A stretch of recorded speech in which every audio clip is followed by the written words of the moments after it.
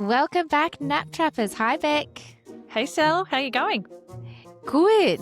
I know that you and I have both been incredibly inundated with DMs this week, Yes. with people loving the podcast. So thank you, everyone, for tuning in, but also sending detailed questions for this episode of Sleep Detectives, which gives us way more context and nuance so we can do almost like little mini case studies. Yeah. So as always, keep them coming. We'll still do our question box, but I know that, yes, Beck and I have both received some really great detailed questions. So thank you very much for that. Speaking of love for the podcast as well, if I don't even know how to do it. I've never done a shameless request. Could you please rate? I think we're all both going bright red. Actually, you are going bright red. I am. It's just the reflection from my jumper. We love doing this podcast and we love hearing your feedback. And one of the ways that we can continue to do this and share the love is by being rated and subscribed to. Yeah. One day, I'm sure we'll have a script of how to say that professionally. But yes. It'll sound more seamless than please help. Just a cry for some affirmation. Yeah. We've had lots of people they have left great reviews and love hearted us, which is always so lovely. But I know that we do have a lot of new listeners and new followers. So if you could get us climbing the ranks, it would be amazing. Yeah. We've got ambition here. We do, and merch we need to push at some stage. That's right. Yes, that's right. I know. It's on my to-do list, everyone, I promise. But for now, let's dive in. Okay, I've got a long one here, so I'm just going to read through it and then let's digest. Yep. Yvonne says, hi, love the podcast. Not too sure where I leave a question. Hope this is okay. Absolutely. I have a 15-month-old who is a clingy mama's boy, she writes in quotations. I'm currently the only one who can put him to sleep. And with that, I'm in the room holding his hand until he falls asleep. He's still breastfed. I've listened to the podcast and it has helped a lot. We have changed to only having a breastfeed at 7 a.m. before lunch, nap and bedtime. And he usually tries at between 2 to 3 a.m. for a feed, at which I can usually push until 4 to 5 a.m. We have been doing the transitional naps, 30 minutes at 10 a.m. That nap is being pushed in the pram, and then the big nap at 1 p.m. But he's been refusing the first nap, so I have been doing the nap 1 schedule, which works for about 2 days. And by the second day, he will go to sleep fine at night. But by 5:36 a.m., he wants to start his day. So then he's really tired by 10 a.m. So then I go back to the 2 naps again. How do I resolve this? Do I keep going between the 1 to 2 naps until he stops waking up early? So on our transitional schedule has pulled right back on breastfeeds, which is fantastic. Those timings there sound spot on for the transitional schedule. But it's becoming tricky to consistently do the 2 naps. And so she's needing to sort of fluctuate between 2 naps some days, nap gets refused, 1 nap, and back and forth. Some babies are just like that. It is a transition for a reason to 1 nap. So it feels like, a couple of days go well, then we're sort of back to the 2 naps, and you might sort of fluctuate between the 2 for, a few weeks, maybe a couple of months for some little ones. I can understand that it can sometimes be a little frustrating. Sometimes if you've been fluctuating for some time, you may just have to pull the pin and just sort of do a little bit of commit to it, and sort of just know that it might be a little bit rough around the edges until your baby or your toddler gets used to it. But for me, with the 2 days going well with the 1 nap, and then is it the 3rd that they kind of have to go back to the 2 naps? Is that sort of how it works? It's 2 to 3 days are fine on 1 nap, and then they go back to 2 naps. Oh, yeah. So then on that particular day when you're going back to the 2 naps, I would actually make that first nap just 15 minutes. Just a nod to just taking, Just taking an edge, it's like it kind of exists, but it doesn't. It's like, the milk run, the milk drive that we would do. So just a quick 15 minutes and it would be, I would imagine, like 10:15 to 10:30, and then we're back on track for the 1 p.m. second nap, which doesn't seem to sort of throw too much off course. No, and you would continue to keep it in the pram, so full assistance for that first nap, which is fantastic. And yes, cap it at 15 to just reduce the sleep, or well, rather increase the sleep pressure to try and hold on to nap 2, which is really a common strategy that we do need to use, particularly for these slightly older babies when nap 2 is being refused, but they're struggling to consistently do one nap. And even as I think about it, I remember my second, when I just moved to one nap, and he fell asleep in the pram, which was unheard of. I was even striving for 11:30 a.m., but 11:15, like I was like, quick, got to get home, and he'd started to nod off. So it can be a really, even though you're doing an early first nap, it is a stretch. It is a transitional phase, particularly at 15 months, where some babies absolutely can start to drop it. But yes, and then I think just to fully explain as well, so with that 15 morning capped timing, we wouldn't change the actual timing then we wouldn't shift it, the second nap, to be 1:40 or something. We would usually just say it's still into the cot at 1 till 3, so that they are well rested. We're not overreaching, hitting overtired territory. That 15 minutes has just taken the edge off. That's all. So no need to change much there. But otherwise, and in terms of the early rise, you would just treat it like an overnight waking, continue to delay getting up, and then move on with the schedule for that day, so that when you do make the change eventually, you're not left with this habitual early rise. Yeah, and to not also be confused with what's going on, because if you are dropping to a one nap schedule, there is potential that your toddler is going down at 6:30 at bedtime, in which case 5:30 isn't necessarily an early rise, but you do. Yes. The key is to delay until as close to 7 as you can, and then sort of just crack on with the day as a one nap schedule. It's really future proofing.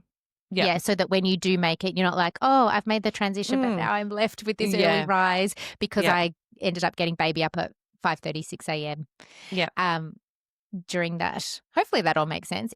Transitions can be messy. Yeah, they can be. Yeah, finicky. But yeah, you'll get through.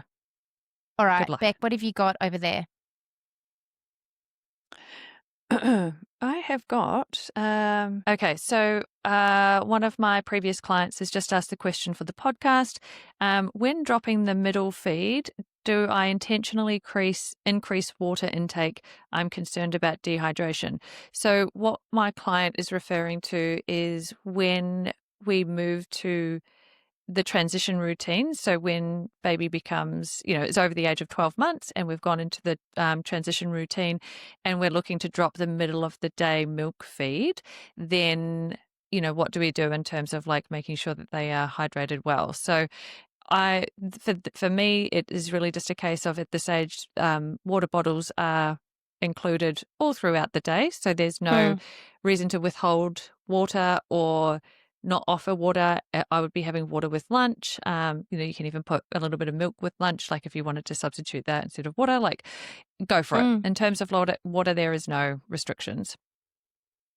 No, and I used to just move the drink bottle wherever the baby toddler had waddled off to. You're now in the playroom. Okay, I'm plonking this down here. Or you're playing in your room while I put the washing away. Cool, here's a drink bottle. And they know that they can reach for it. Now we're sitting in the high chair. Here it is. It's just constant. I probably even had a couple on the go, so I didn't have to always. I think there was lots, and they're always spilling, like that. And then there's always like a water shoved patch down the straw. Yeah, the joys. Yeah. Okay, here we go. My 1-year-old has started standing in his cot and waking up overnight standing up. Speaking of the joys, this is such a fun new skill, isn't it? And I vividly remember, in my mind's eye, I can see my toddler standing up to let me know that, hey, I can do this now, and I'm going to tell you all about it. How cool am I? Yeah. How cool am I? So for me, two things. One is, as always, I want to do a schedule check, because is there another root cause of waking up overnight? Are they undertired? Are they overtired? And then while they're there, it's like, okay, I'm going to stand up because I'm already awake. And particularly if there's any degree of undertiredness, if a baby has energy to burn, then they can stand up and play around there. The other thing is, what happens when baby can stand up? Do you go in immediately, lie them back down? By the time before you've even left the room, has your 1-year-old stood back up? You turn around, you go and lie them back down. You pat the mattress a few times. You leave the room. Has it become a bit of this hit of almost endorphin of like, oh, look what happens if I stand up? I get sort of this degree of attention and participation, which we're really wanting to keep things very, very minimal overnight. So if your scheduling is on point and we can rule out that this waking's not happening because of anything else, then I take very much a less is more approach, which I think I need to have on a cap. The amount of times I've probably said that on this podcast. Oh, yeah, less is more. Less is more. Yep. If your 1-year-old knows how to sit themselves back down and lie themselves back down, then you don't need to do it for them. If you needed to go in because there was escalation, you might just do a shush at the door. You might just go in and pat the mattress to say, hey, remember this position? This is where you need to head, but you don't need to do it for them. And usually the novelty wears off pretty quickly. I'm like, oh, there's no fun in this anymore for me. Yeah, because it can quickly become a 2-player game where you're involved, your toddler's involved, your baby's involved, and then we're just playing this game together, and you're wanting, come on, like lay down, blah, blah, blah. But the key is, less is more, so that it's not an involved session. Like it just is, you're responding, but you're very clear, calm, and fair. Yep. You're okay. Time for no-nos. See you in the morning. Yep. And then back down again. So you're always responding. Like it's not that you can't respond. No, and you don't have to ignore. Yeah, it's just a case of being really clear and backing yourself and backing your little one to be able to get themselves down and sit back down and put themselves back off to sleep. And ultimately, yes, it can take a little while, like for this age group, to sort of get to the point of like, oh, mum and dad have decided not to come in and help me do all this. So yeah, they have stamina. They have to work out, well, how long am I going to do this for before I actually decide to sit back down and put myself off to sleep? And it's not if you've got a little one that is self-settling and can self-settle and has been doing great at sleep for a really long time, you can be really confident that it's not a self-settling issue, that you don't need to go in and assist them back to sleep. But it is a case of if it's, night after night now, we've sort of got this new sort of game, then if you're entering into the game, then it's time to pull back and let them do it for themselves. And I think also just pay attention during the day when they're couch surfing, or even if they're walking and then you see them plonk themselves back down a million times over. You can also be incredibly confident as you go into the night, being like, I don't need to do this for you because I've seen you do it all day long. And now sometimes they also just don't realize that the change in scenery of the cot and in the sleeping bag that they need to if they've never had to. So it's just about saying, no, it's okay. You know how to do this, and just see it through for sure. Okay. Baby is 12 months. We've got a lot of this age. This must be because of our 2-to-1 nap transition episode off the back of that. So baby is 12 months. What age do you recommend not waking them up in the morning? This is a good question, because I don't really have like a hard and fast answer. Because I'm forever telling clients, you're going to wake them up by 7 a.m. And, like even on the transitional schedule, if 10 a.m. is becoming tricky, I'd say, okay, you got to wake them at 6:30. on a transitional schedule, you do need to, so at 12 months with the short long, you do need to have enough sleep pressure in the tank to get that first nap in, that we're looking at 10 to 10:30. So in theory, if you let baby sleep until 8, they're most likely not going to want to take it, in which case your whole day is kind of thrown out. And then there's also part of me that thinks I have very rarely woken my own babies. Yeah. Even when we're on having naps and 2 naps. I think it boils down to if you've got sleep issues or not. Yes. Yep. Because if you've got sleep issues and you're actively trying to resolve them, then you need to sort of be mindful of all sleep pressure and capping naps and all the things. So you would absolutely do that.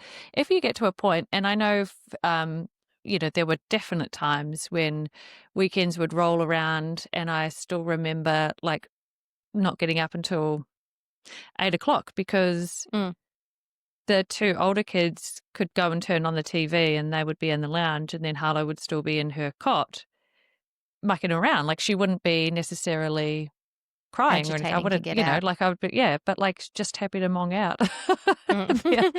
And in which case I'd get her up at 8 o'clock and we'd crack on with the day, but she was probably awake earlier. And we would still put her down. I'd still put her down at her normal time frame for a nap. It would, if you decide to let your little one sleep in and you wake them up a little later, or they don't happen to wake until 8:30, 9 o'clock, problematic. That's problematic. And it's problematic if you let them sleep until even 8 o'clock and they're not going to go down for their normal nap time or whatnot. If it starts to throw anything, you just know in that moment that I gave it a go. It's not for us in this moment in time. It doesn't mean that you can't do that 6 months down the track, but for right now, just make sure you get them up at 7. Otherwise, go for it. Sometimes you've got little ones that are definitely flexible with all that sort of jazz. Yeah, and you might find that, okay, Monday to Friday, I always have to get my baby up at 6:30 because we have to get this show on the road and drop off the toddler, and I have to get to work and all of that. But on Saturday, they sleep till 7:10. You're probably not going to have much of an issue. So I guess, yes, it would just depend on how sleep in is sleep in. Yeah. But also, kind of to your point, it depends on how much you also need a schedule, because some families need to know we are up at this time and the nap is at this time, and that fuels that, that they need that. They love that. And if you're happy to be a bit more go with the flow, also fine. Perfect. Okay, let's have a look here. How long of a wake window for a 9-month-old before a 7 p.m. bedtime?